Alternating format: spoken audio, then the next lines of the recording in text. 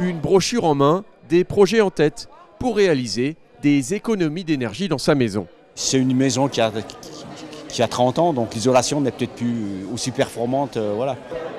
À l'instar de ce monsieur, ils sont nombreux à être venus chercher conseil au premier Forum de l'habitat et de l'environnement proposé par la mairie.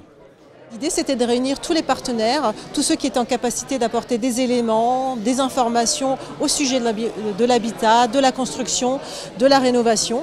Et voilà, le forum est né tout simplement. Avec la hausse du coût de l'énergie, mais aussi une sécheresse importante cette année, ce nouveau rendez-vous à Lampertheim prend toute sa mesure.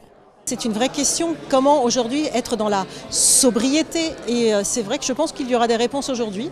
Rénover son habitat n'est pas simple dans une question de développement durable, et je pense que nos habitants avaient besoin d'avoir des réponses à leurs questions.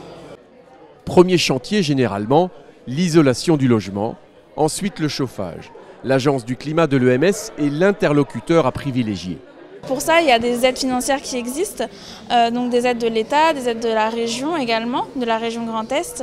Tout le monde est éligible, alors c'est en fonction quand même du revenu fiscal de référence, mais pour l'isolation, tout le monde peut avoir des aides. Des aides financières, l'État en propose également pour déconnecter vos eaux pluviales du réseau.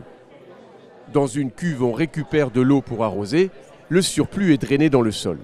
L'Eurométropole en fait vous épaule administrativement et financièrement puisqu'on vient chez vous proposer un projet de dimensionnement de filière et ensuite on vient contrôler les travaux des connexions et on les subventionne. Au forum, on est venu aussi chercher des conseils environnement. Par exemple, que faire pour diminuer les polluants dans notre intérieur? Alors le trio gagnant, ça va être vinaigre blanc, bicarbonate et savon noir. Avec ça, vous faites tout.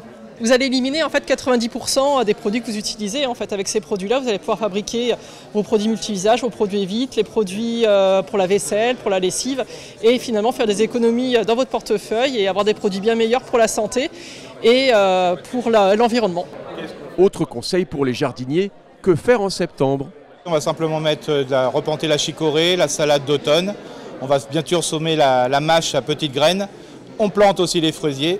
Et puis les feuilles qui sont tombées, vous les mettez en paillage pour faire un cycle au niveau du sol qui en a besoin. Et aussi se laisser surprendre, parce qu'il y a plein de choses qui vont repousser tout seul suite aux premières pluies. Entre habitat et environnement, il y avait de quoi repartir avec beaucoup d'infos. Pour finir, l'EMS présentait la nouvelle borne à déchets alimentaires. Elle sera installée à Lampertheim fin 2023. Rendez-vous en 2024 pour la deuxième édition du Forum de l'habitat et de l'environnement.